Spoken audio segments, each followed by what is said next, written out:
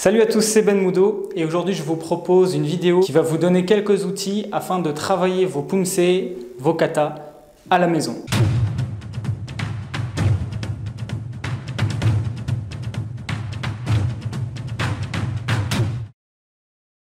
Avant d'aller plus loin, je vous invite à vous abonner afin de suivre mes aventures martiales à travers mes différentes playlists. Comme je le disais dans ma vidéo qui donne quelques conseils pour préparer, pour réussir sa ceinture noire et ses grades de manière générale, le travail personnel est très important et le travail à la maison est donc une chose à prendre en compte et à laquelle il faut s'habituer. Alors bien sûr, souvent on peut s'entraîner dans un parc ou dans une cour, dans un jardin si on en a un, mais il peut arriver que nous sommes dans un petit appartement, que nous n'ayons pas beaucoup de place ou alors que nous sommes en confinement comme en ce moment. Et dans ces cas-là, il existe toujours des méthodes de travail. Regardez bien cette vidéo jusqu'à la fin, j'ai une petite surprise pour vous, notamment si vous pratiquez le taekwondo. Alors pourquoi je suis en tenue aujourd'hui? C'est simple, parce que je vais illustrer mes dires avec des petites séquences vidéo.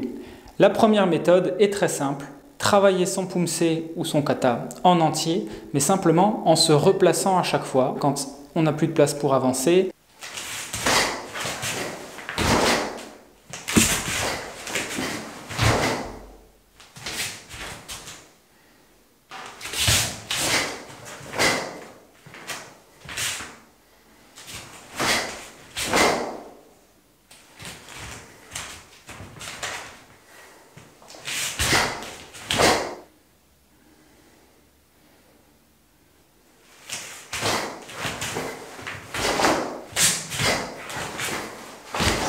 Un autre moyen de travailler ses pumse, il fonctionne à la maison, tout comme il fonctionne lorsque l'on est au club ou dans un jardin, que l'on a de la place, c'est le travail par séquence. Donc je vais isoler une séquence qui me pose des soucis, une séquence où j'ai beaucoup de travail à faire parce que je vais souvent avoir un déséquilibre, ou alors je vais avoir un souci avec mon armement, avec la coordination, etc. Je vais isoler cette séquence et travailler uniquement cette séquence, soit sur place, soit en avançant.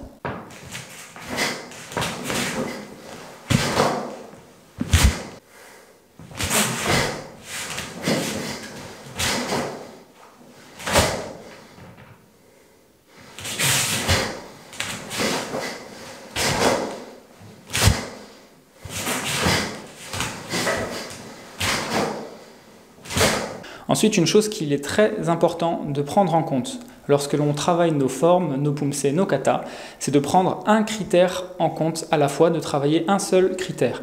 Donc je ne vais pas, à chaque fois que je fais une répétition de mon pumse ou de ma séquence de pumse, je ne vais pas à chaque fois me dire « je dois tout faire hyper bien ». Parce que ce n'est pas possible. Donc quand je travaille, je vais cibler mon travail en me disant « cette fois-ci, je vais travailler mon relâchement », cette fois-ci, je vais travailler ma vitesse, cette fois-ci, je vais travailler l'envoi de puissance avec mes hanches, cette fois-ci, je vais travailler mon explosivité, ma coordination, etc.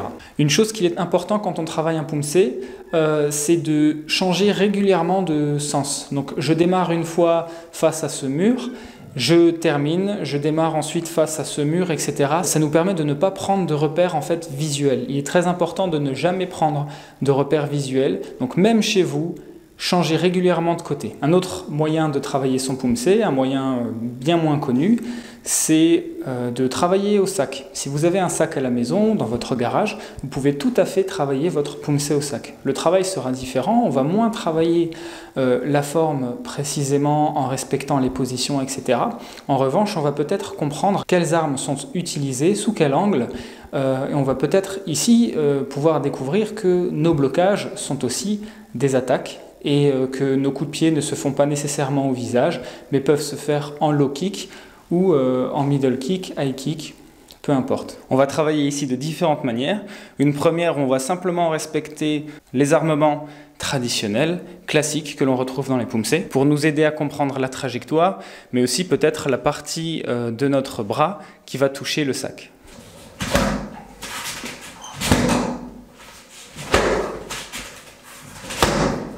Et je peux maintenant me lancer le défi d'appliquer les mêmes techniques en maintenant une garde haute. Ici, je vais essayer de faire des armements moins amples afin d'avoir une gestuelle un petit peu plus proche du combat où je ne vais pas montrer les attaques qui arrivent. Je ne vais pas faire d'armement ample, histoire de ne pas donner l'information.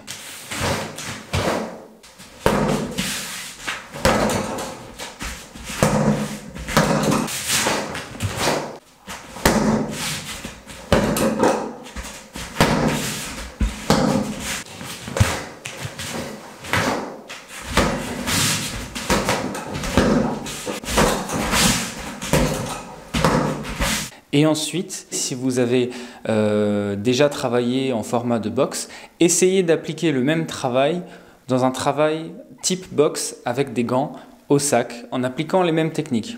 Mais chaque blocage va ici être une attaque. Donc par exemple, le blocage Mongtong Maki, au lieu d'imaginer que c'est un blocage niveau Mongtong, où je dévie une frappe, je vais imaginer que c'est une frappe avec le marteau du poing, boum, dans le visage.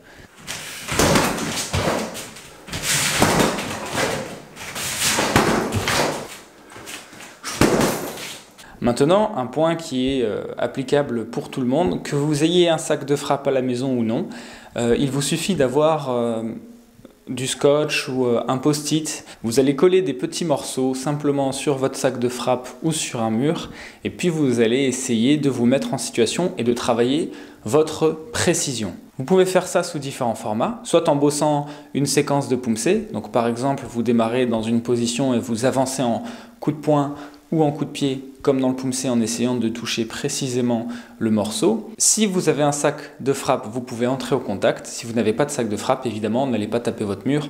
Vous mettez un morceau au mur et vous vous arrêtez devant.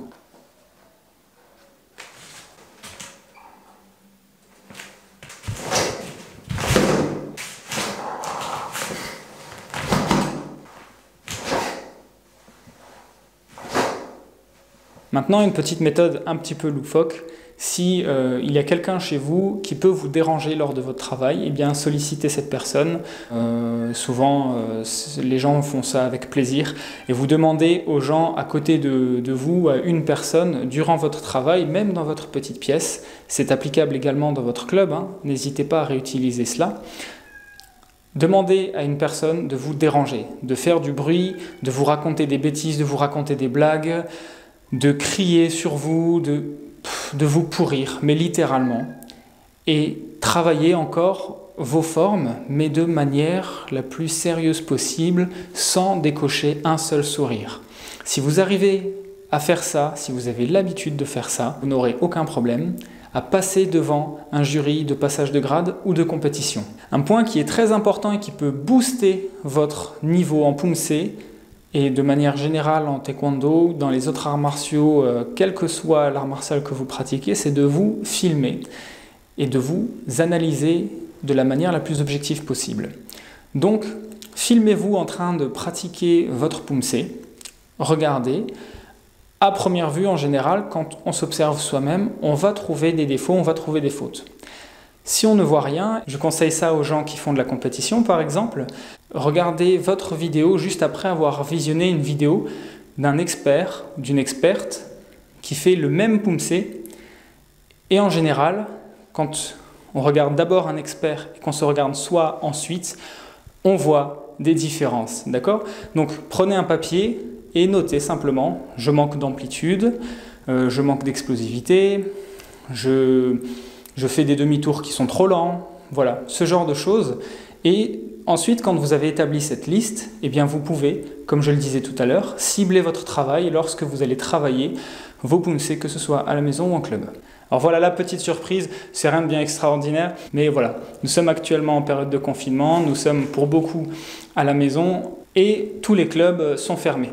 N'hésitez pas, si vous appliquez le travail que je viens de vous conseiller à la maison, à filmer vos séquences et je vous invite à m'envoyer vos séquences filmées sur Messenger ou alors sur Instagram. Vous pouvez trouver mes pages Facebook et Instagram.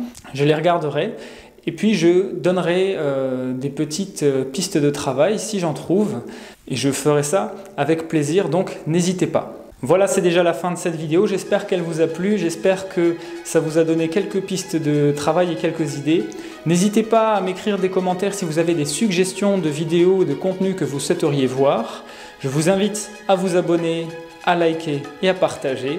Je vous dis à très vite. Ciao!